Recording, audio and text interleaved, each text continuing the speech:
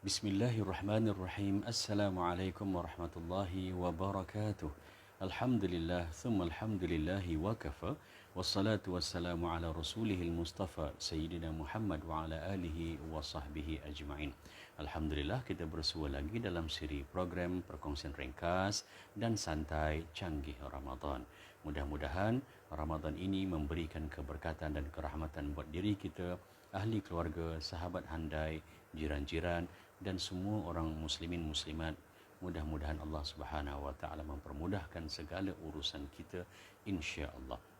Kita nak berkongsi hari ini berkenaan tentang 4 perkara yang dinyatakan oleh baginda Rasulullah sallallahu alaihi wasallam yang merupakan tiket untuk melangkahkan kaki masuk ke syurga Allah Subhanahu wa taala. Dan keempat-empat perkara ini adalah perkara yang sangat-sangat signifikan dan mampu untuk diusahakan oleh sesiapa sahaja, khususnya di dalam bulan Ramadan al-Mubarak ini. Daripada Abdullah bin Salam radhiyallahu anhu, beliau menyatakan bahawa tatkala Nabi Muhammad sallallahu alaihi wasallam mula-mula sampai ke Madinah, begitu ramai orang datang untuk berjumpa dan mengerumuninya.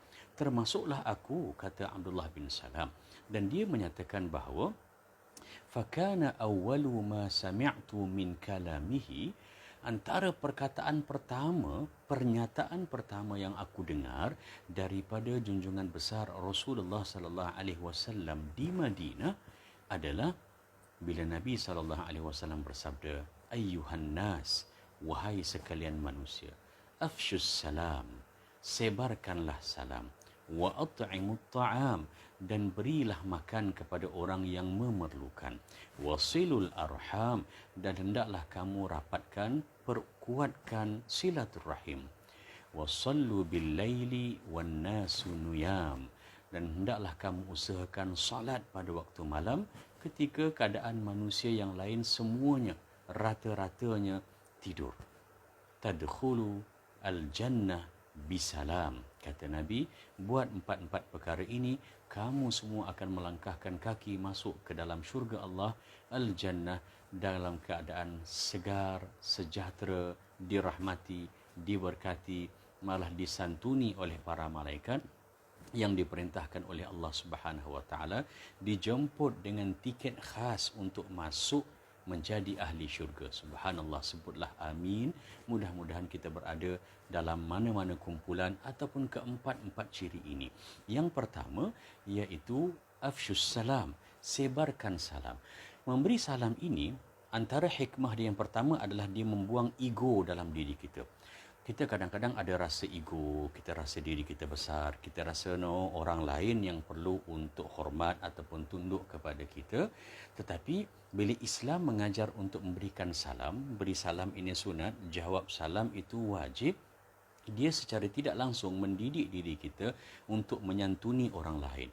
Kita tidak tahu dan juga kita mungkin tidak mempunyai sebarang maklumat tentang orang dan kumpulan yang kita berikan salam, tapi niat kita bagi salam itu bukan sekadar untuk mendoakan kesejahteraan orang yang kita berhadapan dengannya, tetapi juga ianya berfungsi untuk mendidik diri kita agar merasakan bahawa kita sebahagian daripada manusia yang lain.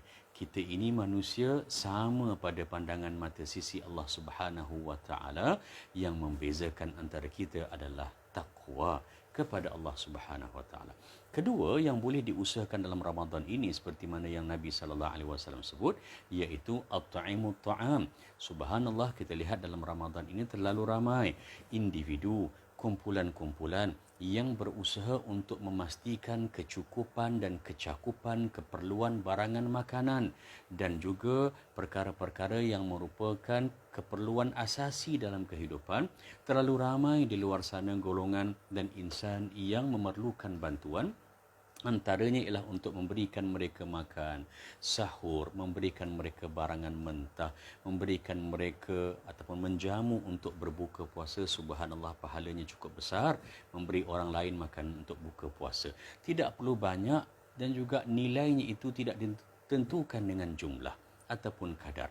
Berdasarkan kemampuan kita. Kita tidak mampu untuk berada di tempat di mana disampaikan sumbangan-sumbangan berkenaan. Terlalu banyak cara sekarang ini seperti di atas talian untuk kita sama-sama terlibat, bekerjasama, membantu dan juga untuk menjadikan penyaluran sumbangan itu sampai kepada orangnya. Berilah makan. Ini akan mendidik diri kita bahawa semua orang perlukan makanan. Kalau kita makan yang sedap-sedap, kita kena ingat bahawa subhanallah terlalu ramai di luar sana orang yang mungkin apa yang kita makan sekali atau dalam seminggu tu 4-5 kali, juadah sebegitu. Terlalu ramai di luar sana yang mungkin setahun sekali mungkin baru dia dapat rasa seperti mana yang kita rasa. Permudahkanlah diri kita untuk bersedekah, khususnya menerusi makanan, kerana ini akan lebih mendekatkan diri dan jiwa di sesama manusia. Yang ketiga, untuk kita usahakan dalam Ramadan ini, kata Nabi, wasilul arham. Hendaklah kamu semua memperkukuhkan, memperkemaskan silaturrahim. Apa maksud silaturrahim? Silah artinya hubungan, ikatan. Rahim ini artinya belas kasihan, simpati. Kita semua mempunyai kemampuan untuk marah. Kita semua mempunyai kemampuan untuk menzahirkan apa yang kita rasa. Lebih-lebih lagi kalau sekiranya kita mempunyai kedudukan, kita ada pangkat, kita ada jawatan, kita ada kuasa, kita mempunyai ruang untuk mempraktikkan apa yang kita punya. Namun, dalam silaturahim sesama umat Islam ini, disebutkan kalimah ar-rahim itu membawa makna mudah simpati, belas kasihan dan sebagainya. Sewajarnya saya menasihati diri saya khususnya dan semua muslimin muslimat agar kita dapat didik diri kita dan hati kita ini untuk mudah rasa kesian, simpati, merasakan ada anticipation, melihat kepada orang lain bagaimana keadaan mereka dibandingkan dengan kita. Dalam bab-bab nikmat Allah, kita kena lihat dan bandingkan diri kita dengan orang yang berada di bawah kita. Jangan kita bandingkan diri kita dengan orang yang lebih hebat dan juga berkelayakan serta mempunyai kekananan dalam pelbagai bidang. Lihat apa yang Allah bagi pada kita dan mungkin tidak diberikan kepada orang lain. Ini akan memudahkan kita untuk mempertingkatkan silaturahim. Jangan dilupa saudara mara sendiri, darah daging sendiri serta semua ahli keluarga kita. Masa inilah dengan makcik, pakcik, sepupu, dua pupu yang mungkin sebelum ni jarang berkomunikasi. Ada grup WhatsApp pun kadang-kadang tak sembang mana sangat dengan adik-beradik ataupun pakcik, makcik dan sebagainya. Jadikan Ramadan ini sebagai ruang untuk diperkukuhkan silaturahim. Banyak ruang sebenarnya kalau kita nak mendekati orang dengan syarat kita ingin mendekati orang lain. Kalau kita nak menjauhkan diri daripada orang, subhanallah, ia tidak akan dapat memperkuatkan ataupun mungkin akan merungkai silaturahim yang sedia ada. Dan yang keempat yang disebutkan oleh Nabi sallallahu alaihi wasallam dan ini juga sangat signifikan untuk kita cuba praktikkan dalam bulan Ramadan, iaitu kata Nabi wasallu billail wan nasu niyam. Isikan malam kamu ketika orang lain umumnya biasanya rata-ratanya sedang tidur, isikan dengan qiyamul lail. Isikan malam dengan salat-salat sunat, dengan tilawah, tadabbur Al-Quran, dengan tafakkur, dengan berzikir, dengan mengisi kepada perkara-perkara yang boleh untuk membantu. Mintalah pada Allah Subhanahu wa taala. Doalah sekuatnya dan semampunya kepada Allah Subhanahu wa taala. Merayulah kepada Allah, mengadulah kepada Allah Subhanahu wa taala. Insya-Allah Allah Subhanahu wa taala mendengar rasa hati dan permintaan mana-mana hamba-Nya yang ikhlas. Dan kata Nabi, kalau dapat diusahakan 4 perkara ini, tadkhulu al-jannata bisalam. Kamu semua akan masuk ke dalam syurga dalam keadaan selamat, sejahtera, diraikan dan diberikan apresiasi oleh Allah Subhanahu wa taala menerusi segala kemewahan dan nikmat yang ada di syurga.